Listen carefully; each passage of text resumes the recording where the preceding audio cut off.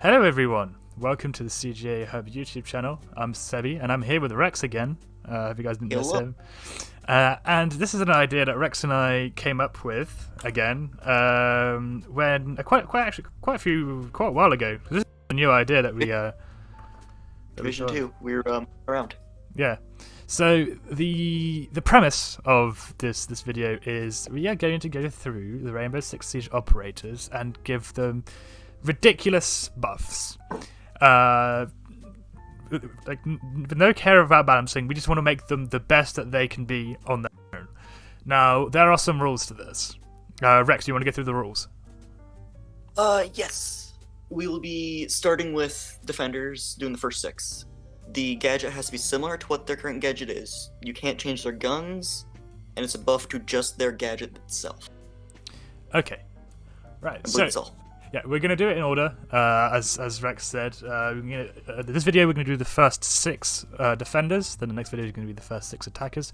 We don't know when how often these are going to be uploaded. But yes, we'll start with Smoke. What is your idea with Smoke? I'm saying double his range for his gas. Yeah. And you can place multiple. You can place all 3, and then you double tap bumper. Oh yeah, yeah.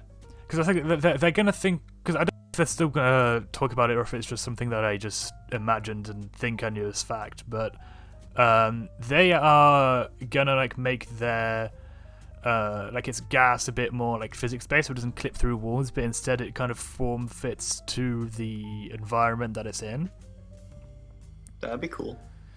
But yeah, just extending its range and not giving him more, because that's like another unspoken rule I feel that we've had is like don't give him more gadgets than he already has.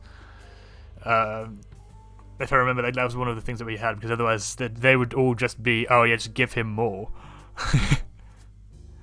But yeah, I can do ops later on. There'll be an exception, but that's for later. Yeah, obviously. So if you have to pick one between the ability to place multiple and set them off sequentially, or extend the range, which one would you pick? For me personally, on my playstyle, I'm saying bigger range, because I use them at a bit more offensive manner. Okay, right, that's fair enough. Let's go over to Mute. Again, Mute is there's not much we can do with Mute. Apart from actually. Apart from obviously, making the range bigger. I feel making them wall placeable, like making them able to be placed on walls, would be a great buff. But there's nothing like really outrageous we could do buff wise for Mute. It's just kind of. What do you got? You can't place diffuser inside the range of his jammers. Ooh. Okay. No, I see where you're going there. That is an outrageous buff. So you'd have to destroy it before planting diffuser. Yes. Oh yeah. Takes more time, and it's now another noise cue. Yeah. Whether you shoot it or smack it, that defender now knows, like, hey, they destroyed this in this area. Yeah, okay, I like that. I like that a lot. Yeah, I didn't think of that. Well, because I thought something similar, but that's nothing to do with like this particular series. How just to stop people from camping diffuser with explosives, make it so that if the defender set off an explosive if anyone sets off an explosive near the diffuser is destroyed, and whoever blew it up loses. So even if a defender blows up the diffuser, they still lose. Which, God, it wouldn't make that much sense, but yeah. Yeah. That's a good idea. All right, Castle. What's your idea? Well, I say like the biggest idea with the castle is just to make them indestructible, make them basically like reinforced walls. I had a different one. You can zap them with either bandit batteries or Cade Claw. I used to think that you could. Funny enough. It'd be a pretty decent buff to castle. Yeah, because it would basically come to the same, the advantages would be the same as making it indestructible. Not indestructible, but like non-meleeable. Because if you obviously with castle things, you can just melee it a few times and it'll drop. It takes time. I will say that. Yeah. It's I think around 15 hits. Yeah. But if you zap it, you can't melee it without hurting yourself. Yeah. I'm surprised I haven't done don't know that how much yet. damage zapping does. It can do quite a bit, especially if it's like the last few seconds of a round, and you have to get in, and your only option is going through a castle barricade. You're not going to think about it. You're just going to rush. You're just going to run into it, stick yourself real close to it, and then hit it a few times. And by that time, you're going to be either zapped. Well, you're going to be zapped, and people are going to hear you, so they can like throw an impact and blow you up, or shoot you through underneath. Flank you, whatever. Like there's plenty of options. Yeah, it's also kind of a nerf to him. It'd bring more utility to Thatcher. I mean, it wouldn't bring more utility to Thatcher, I wouldn't say, because it's still you still have to. I wouldn't say it's a counter to specifically Castle though. It would just be a counter to either Kaid or Bandit. And I specifically think that it would only be Kaid, because if you put a Bandit battery on the floor in front of it, then you can shoot it from underneath. Like, seeing as it doesn't touch the floor, I don't see how you'd be able to zap that with a Bandit battery. I don't know, unless they just make another animation where, like, he touches it to it. True. But yeah, no, because like obviously after you get rid of the zap, you still have to take care of the castle barricade. Alright. Yeah. Which still takes time. Yeah. Pulse, I forgot his name. I was about to call him Fuse for a second. Don't know. Yeah. Alright, what do you got? I don't know, because again, there's not a lot you can do with Pulse. I say it reveals the person, the operator's identity. Okay. Based on heartbeat, to keep with his whole, like, see the heartbeat, make it similar to Warden's ability. So you don't lose your peripheral vision. Oh, so make it glasses. Well, I mean, he wears glasses, so why wouldn't he put it on? Yeah, you got a point. Make it a mixture of Warden and Pulse, where you don't lose your peripheral vision, and you can track him while still having your gun out. But make it so your screen is a lot darker, like black, like it normally is. Yeah, so like we give it that monochrome, low resolution. Yeah, the current one. Just make it glasses. Okay.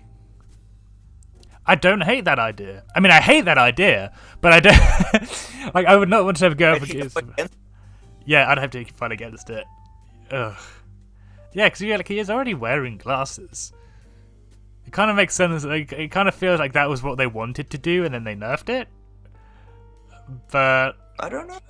I don't think so, because this is early Siege, so they'll probably think, oh yeah, this is kind of somewhat realistic, kinda. As realistic as you can get this game. Yeah. Oh yeah, we are flying through these, but we don't want to make this too long. What about Doc? His overheal doesn't go away when either he overheals himself or a teammate.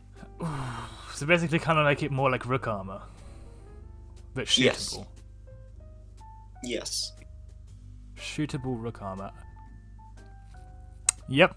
Yeah, that's terrifying, because like they would have like no reason to like time it, because you know, if you want to rush out as Doc and be the scumbag, you have to kind of like time it so that you can, and then you've got to spend you got to make sure that you get back inside before the advantages of your overheal go away.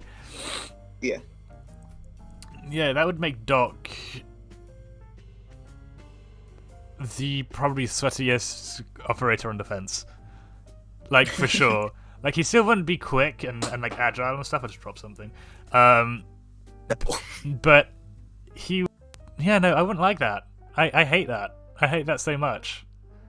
The whole idea of the series. I hate it. Thanks. I hate it. Thanks. I hate it. Ubisoft, don't take inspiration from what we're saying here. We don't want you to do it. We're on Rook now. Yeah, the last one. Again, Rook's gadget, like again, same thing with like all of these first generation like operators. They're so simple. I've got an idea for his, but I'm interested to see what you come up with. Make them stackable, so you can just place it down and pick them all up. I see. You just have like the equivalent of like 350 HP.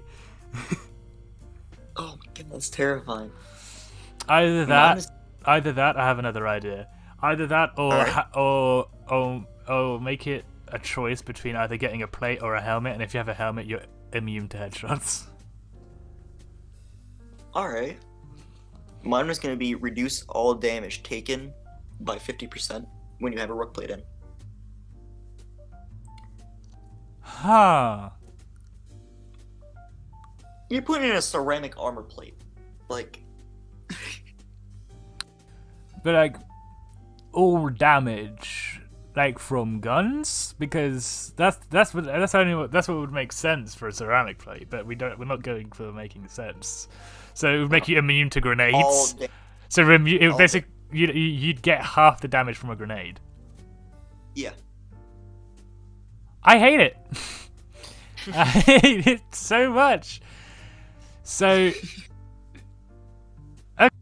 Yeah, let's just recap what we've got. So smoke, we said just more range, just like like a room. Like you can flood an entire room with it. Let's say. Yeah. Mute can't place diffuser within range of those. Yeah, can't place diffuser in range of mute. Make castles barricades zappable. Yes. Pulse warden glasses basically. Yeah. To see heartbeat. Doc has shootable rook armor, and Rook just gives everyone a bomb suit. Rook just gives everyone a bomb suit. So, if you guys enjoyed this video, let us know your ideas for ridiculous buffs for Rainbow Six Siege operators. Next episode, we will be doing Sledge, Thatcher, Ash, Thermite, Twitch, and Monty. So let us know what you guys think we should do for these 6 operators on attack. And with all that said, if you want to support the CGAHub cast in the best way possible, you can subscribe to us here on YouTube and leave a like on the video. We also have a Discord server where you guys can hang out with other people that share the same interests as you, if that includes airsoft gaming and anything gaming culture related. We also have a Patreon where you guys can support us directly with a monthly subscription of your choice. With all that said, I've been Bassi. I'm Rooks. Thank you guys so much for watching. Goodbye.